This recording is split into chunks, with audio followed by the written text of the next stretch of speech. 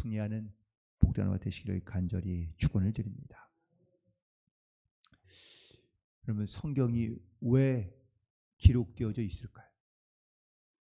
무슨 이유로 하나님께서는 당신의 말씀들을 귀로만 듣게 하는 것이 아니라 눈으로 듣고 볼 수 있도록 이 말씀을 기록하신 이유는 과연 무엇일까요?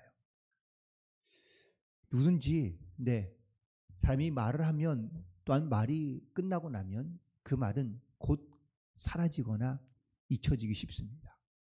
그러나 그 말을 기록하여 남기기 시작하면 그 말은 그냥 말로 끝나는 것이 아니라 전하고자 하는 메시지가 되는 것이죠.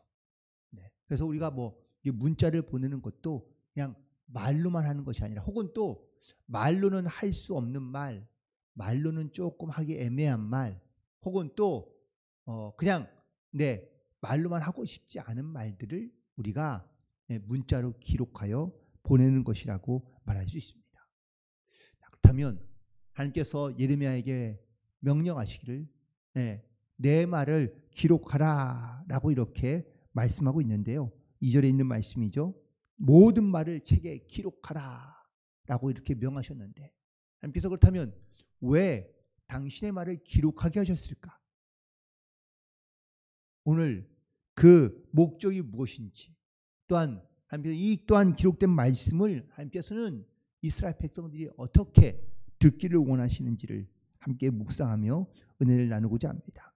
하나님은 예레미야에게 이스라엘 백성들이 이제 바벨론에 붙잡혀가고, 또한 그 바벨론에 붙잡혀가면서 유다가 다 흩어지며, 또한 심지어는 그 성이 무너지게 될 것이라고 예레미야를 통하여 선포하게 하십니다. 그런데 하나님의 말씀만 선포하게 하시는 것이 아니라 그 말씀을 기록하게 하셨다 명하시고 계십니다. 그런데 이 기록을 남기신 이유는 하나님의 말씀이 어떻게 이루어지고 있으며, 또한 하나님의 말씀이 어떻게 이루어졌는지를 이스라엘 백성들이 깨달아 알게 하기 위하여 이 말씀을 기록하게 하셨다라는 사실이죠. 우리가 예수님의 말씀도 예수님의 말씀은 스스로 기록하진 않으셨지만 예수님이 하신 말씀을 기억하는 사람들이 바로 제자들이지만 그의 말씀을 기록하기 시작한 겁니다. 그리고 그 기록한 말씀들을 제자들이 함께 보고 들으며 예수님의 말씀을 통하여 그들이 어떻게 이 땅 가운데 살아가야 될지, 또한 그리스도로 살아간다는 것이 무엇인지를 많은 사람들 가운데 나타내며 증거하게 하기 위하여 성경의 말씀을 기록했다고 해도 과언이 아닙니다. 오늘도 우리 하나님께서는 우리에게 이 기록된 말씀을 통하여 말씀하고 계시는 줄로 믿습니다. 하나님은 그래서 이스라엘 백성들에게 명령하고 말씀하시기를 두려워하지도 말고 놀라지도 말라 말씀하시고, 지금은 너희들이 이렇게 고난과 어려움의 때를 겪고 있지만 내가 반드시 다시 너희들을 회복시켜주고, 또한 그들 다시 과거의 그 조상의 땅으로 돌아가게 하고 그곳에서 태평과 안락을 누릴 것이라고 하나님께서 예레미야를 통하여 선포하고 계신 것을 보게 됩니다. 모든 나라들이 멸망하여도 내가 너희들은 구원하겠다 약속하시고, 그리고 하나님께서 명하신 것을 알 수 있습니다. 오늘 이 말씀은 바로 특별히 이스라엘 백성들에게 심판의 말씀만 선포하는 것이 아니라 심판 이후에 있을 소망에 대하여 말씀하고 기록하게 하고 계신데, 지금 이스라엘의 백성들의 상황은 1차 포로가 붙잡혀가고 2차 전쟁에서 패하여 그들이 포로로 붙잡혀가기 직전에 쓰여진 말씀입니다. 그래서 다른 거짓 선지자들은 우리가 다시 2년 만에 다시 붙잡혀갔던 포로들도 다 돌아오게 될 것이다 라고 이렇게 이야기하지만, 하나님은 예레미야를 통하여 너희들이 저 거짓 선지자의 말을 믿지 말고 내 말을 믿으라고 말씀하시는데, 70년이 지난 후에야 돌아올 것이라고 말씀하고 있기 때문입니다. 하나님을 향한 죄악으로 끊어졌던 하나님과의 관계를 회복시키기 위하여 하나님께서는 이스라엘 백성들 가운데 회개하고 다시 돌아올 것을 말씀하고 계시고, 이 회개가 있어야 하나님과의 관계가 회복이 돼야, 그래야 지금 약속하신 말씀처럼 다시 너희가 회복될 것이라고 명하시고 있다라는 사실입니다. 하나님은 물론 우리에게도 징계를 주시지만 징계가 목적이 아니라 우리를 하나님과의 관계를 회복하기 위한 하나님의 뜻과 목적이 있는 줄 믿습니다. 그리고 기록된 말씀을 통하여 하나님께서는요, 그 약속을 그냥 헛되이 하시는 것이 아니라 반드시 지킬 것을, 또한 지키어 나타내실 것을 이스라엘 백성들과 또한 지금도 우리에게 말씀하고 계시는 줄로 믿습니다. 그리고 하나님은 또한 이 이스라엘과 유다의 죄악 때문에 그 땅 가운데서 쫓아내기를 하셨지만 때가 되면 다시 돌아오게 하시겠다고 말씀하고 계십니다.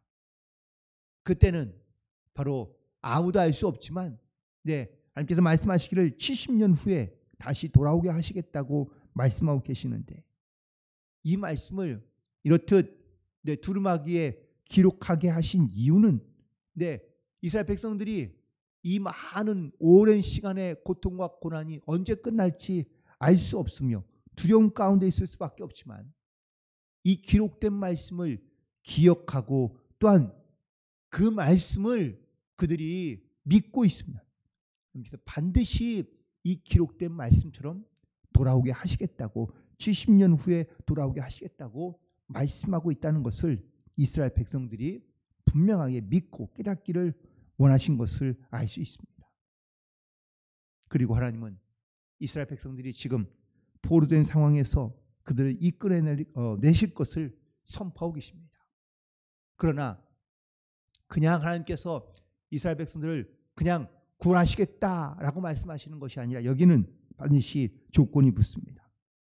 그것은 바로 회개하며 또한 하나님과 영적인 관계가 회복되었을 때라는 하나님의 명령과 말씀입니다.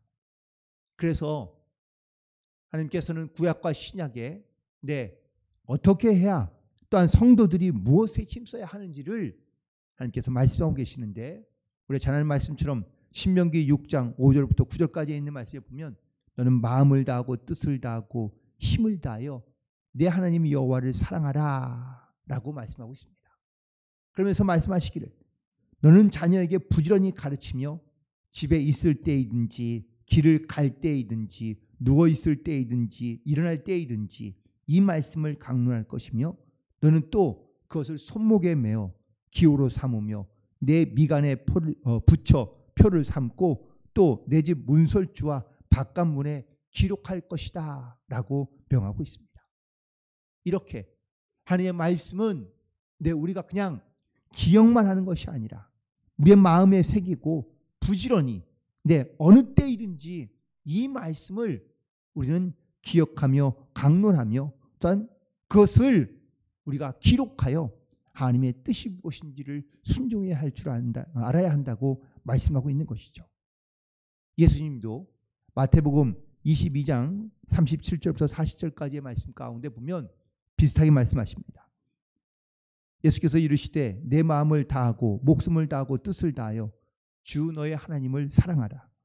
이것이 크고 첫째는 계명이요 둘째도 그와 같으니 내 이웃을 내 자신같이 사랑하라 하셨으니 이 두 계명은 율법과 선지자의 강령이라고 말씀하고 있습니다.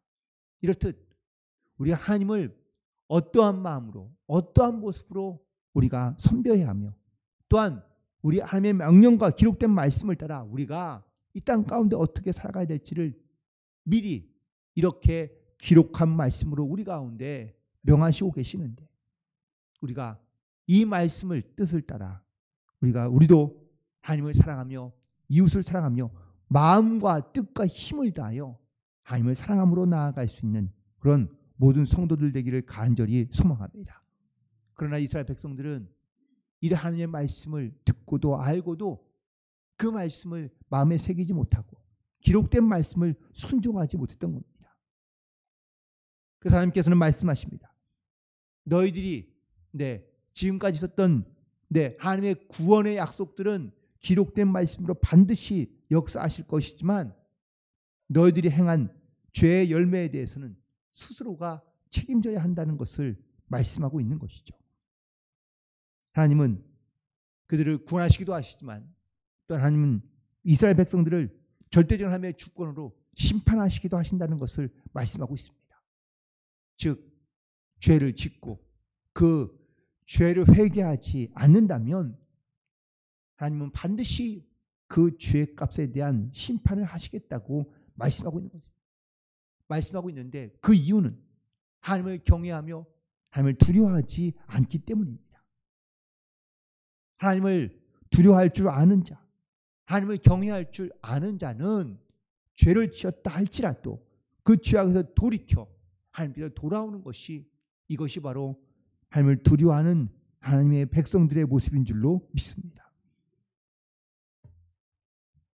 마가복음 13장에서 예수님께서 한 비유로 말씀하시기를 그날과 그때는 아무도 모르나니 하늘에 있는 천사도 아들도 모르고 오직 아버지만 아시느니라.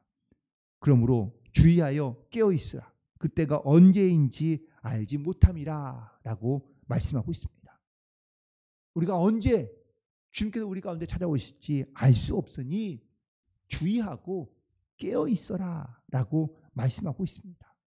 그때가 혹 저물 때인지 밤중인지 다굴 때인지 새벽인지 알지 못하니 호련히 우리 가운데 찾아오시는 이 주님을 우리가 만나기 위해서는 우리는 깨어 있어야 한다는 것을 말씀하고 있습니다.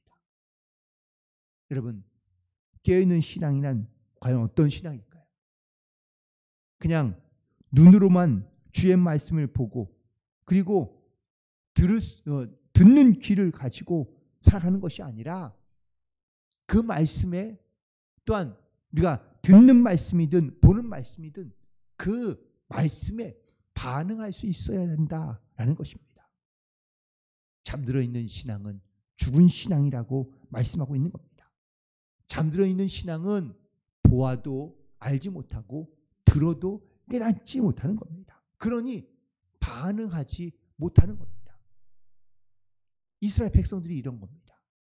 하나님의 말씀을 들어도 반응하지 않고 보아도 반응하지 못하니 하나님께서 이스라엘 백성들 가운데 이 기록된 말씀이 하나님께 말씀인 것을 믿는다면 이 말씀에 반응할 수 있어야 한다라고 말하고 있는 겁니다. 그래서 사도 바울은 골로새서 3장 1절에서 이렇게 우리에게 말합니다. 그러므로 너희가 그리스도와 함께 다시 살리심을 받았으면 위의 것을 찾으라. 우리가 찾는 것이 땅에 있는 것이면 결코 우리가 하나님을 바라보지 못한다는 겁니다. 땅만 쳐다보고 땅만 바라보다가 결국은 하나님의 말씀을 깨닫지 못하고 위를 바라보지 못하고 위의 것을 찾지 못하다가 결국은 이 땅에서 죽어갈 수밖에 없다라고 말하고 있는 겁니다. 그런데 많은 사람들이 이 깨어있는 신앙을 어떻게 생각할까요? 그래, 내가 주의 일을 열심히 봉사해야지. 주의 일에 힘써야지. 그래서 많은 시간과 또한 노력을, 힘을 교회 일에 애쓰기 시작합니다. 그런데 문제는 열심히는 하는데 영적인 평안이 없고 영적인 감사와 기쁨이 없다면 과연 그것이 하나님이 기뻐하시는 일일까? 내가 주님의 진리 안에서 누리는 평안, 그 기쁨을 가지고 우리가 봉사도 하고 사람을 섬겨야 되는데 기쁨이 없이 평안이 없이 감사가 없이 그냥 열심히만 일을 하고 있다면 과연 그것이 우리가 하나님을 기뻐하시는 일을 하고 있는 것인지 돌아봐야 한다라는 겁니다. 주님은 우리에게 기쁨과 평안을 주시는 줄 믿습니다. 우리가 열심히 물론 내 삶을 살며 봉사하는 것도 물론 하나님께서는 기뻐하시겠지만 그 안에 진정한 기쁨이, 감사가, 하나님에 대한 은혜가 없다면 그는 사람의 노력과 열심에 불과할 수밖에 없기 때문입니다. 이스라엘 백성들이 하나님께 제사 드리는 일은 열심히 했습니다. 제물도 바치고 또 기록된 어떤 말씀도 지키려고 노력했지만 사실 그들은 기록된 말씀만 지키려 했지 그 안에 하나님을 향한 평안과 기쁨과 소망은 없이 그 기록된 말씀을 보고 들으니 하나님의 진정한 뜻을 깨닫지 못하고 반응하지 못할 수밖에 없던 것이죠. 하나님은 이렇듯 하나님의 기록된 말씀들을 우리가 듣는 것으로 보는 것으로만 아는 것이 아니라 그 말씀을 따라 행하며 그 말씀에 반응하는 성도가 되기를 원하시고 계시는 줄 믿습니다. 그래서 오늘 예레미야를 통하여 이 말씀을 기록하게 하신 이유는 바로 이스라엘 백성들이 말씀만 보고 듣고 아는 것으로 멈추는 것이 아니라 그 말씀에 반응하며 순종하는 자가 되게 하기 위하여 또한 하나님의 말씀은 그냥 기록된 말씀으로만 끝나는 것이 아니라 그 기록된 말씀을 하나님께서 어떻게 이루시고 성취하시는지 그래서 하나님은 살아계신 것을 깨닫게 하기 위하여 이 말씀을 기록해 주신 줄로 믿습니다. 그러면 여전히 우리도 이 기록된 말씀이 하나도 그냥 지나가지 아니하고 그 말씀을 이루신 것처럼 또한 그 말씀이 지금도 이루어지고 있는 것을 우리가 믿음으로 고백하며 그리고 오늘도 그 말씀을 의지하며 이 말씀을 따라 순종하는 삶을 살아갈 수 있는 저와 여러분 되기를 간절히 소망합니다. 우리가 죄 가운데 있을지라도 우리가 또한 세상을 바라보며 살아갈지라도 하나님의 말씀은 살아있으며 우리 가운데 함께하며 역사하고 있음을 믿음으로 고백하고 하나님이 주시는 평안과 소망과 그리고 믿음을 가지고 담대하게 나아가 하나님의 말씀으로 이 세상을 이기며 그리고 세상에서 승리하는 성도가 되기를 간절히 소망하며 하나님과의 회복된 영적인 관계를 통하여 하나님의 생명과 능력이 바로 이 땅 가운데 살아가는 모든 성도들 가운데 풍성하고 아름답게 열매 맺게 되기를 주님의 이름으로 간절히 축원을 드립니다. 기도하시겠습니다.